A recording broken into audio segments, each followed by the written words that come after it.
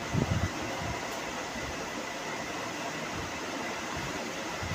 दोस्तों, स्वागत है आपका इस नए ब्लॉग में। तो आज जो हम इस सीरीज में स्टार्ट करने वाले हैं, लेखक का जो सीरीज चल रहा है, इसमें हम स्टार्ट करने वाले हैं विश्वनाथ प्रसाद नागर जी का।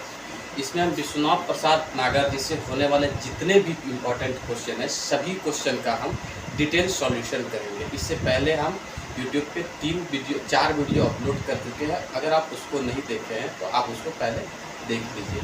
तो आइए हम स्टार्ट करते हैं विश्वनाथ प्रसाद नागर जी का। तो सबसे पहले अगर विश्वनाथ प्रसाद नागर जी का हम बात करें तो विश्वनाथ प्रसाद नागर जी का जन्म किया अगर बात करें तो 7 जनवरी 1939 को जो है विश्वनाथ प्रसाद नागर जी का जन्म हुआ था। 7 जनवरी 1939 को जो है विश्वनाथ प्रसाद नागर जी का जन्म हुआ था। कौन सा? तो मुदा गाँव धनबाद में। कौन सा? मुदा गाँव धनबाद में इसका जन्म हुआ था। इनके पिता का नाम अगर बात करें, पिता का नाम था जादो रब्बानी। पिता का नाम क्या था? जादो रब्बानी। और माता का नाम जो था फूलमणि देवी। माता का नाम था फूलमणि देवी। इनकी शिक्षा की अगर बात करें, शिक्षा जो था इंटर तक ये शिक्षा किए थे। उपनाम जो है इसका नागर जो है इसका उपनाम था नागर। नागर जो इसका उपनाम था। इनका जो पेशा था आप यहाँ से देख सकते हैं, पूरा डिटेल्स में लिखा हुआ है। पेशा जो था खेती बाड़ी, इनका मेन पेशा था इसका खेती बाड़ी।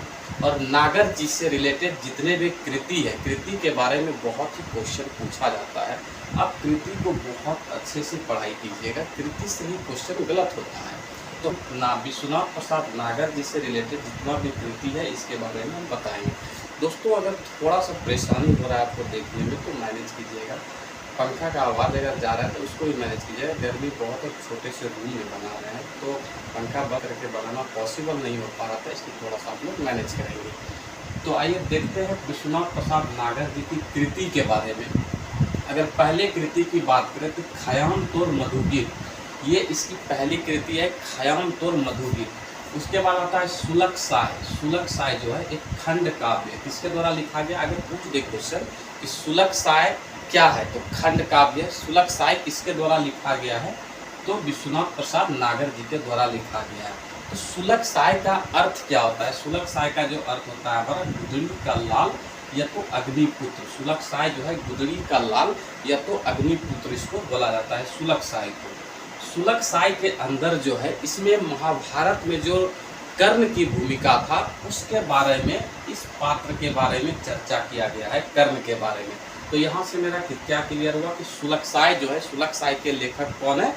तो विश्वनाथ प्रसाद नागर है। ये क्या है? खंड काव्य है। सुलग साय का अर्थ क्या होता है? गुदड़ी के लाल होता है। और क्या होता है? अग्नि के पुत्र होता है, अग्निपुत्र होता है। सुलग साय में महाभारत के किस कृत का चर्चा किया गया है, किस पात्र की चर्चा की गई है? तो कर्ण की चर्चा की गई है। उसके बाद आता है झींगा फूल। झींगा फूल जो है ये गीत संग्रह है, किसका? विश्वनाथ प्रसाद नागर जी का ही है। झींगा फूल गीत संग्रह है विश्वनाथ प्रसाद नागर जी का। रंगा लाठी, ये रंगा लाठी क्या है? कविता संग्रह है। रंगा लाठी क्या है? कविता संग्रह है।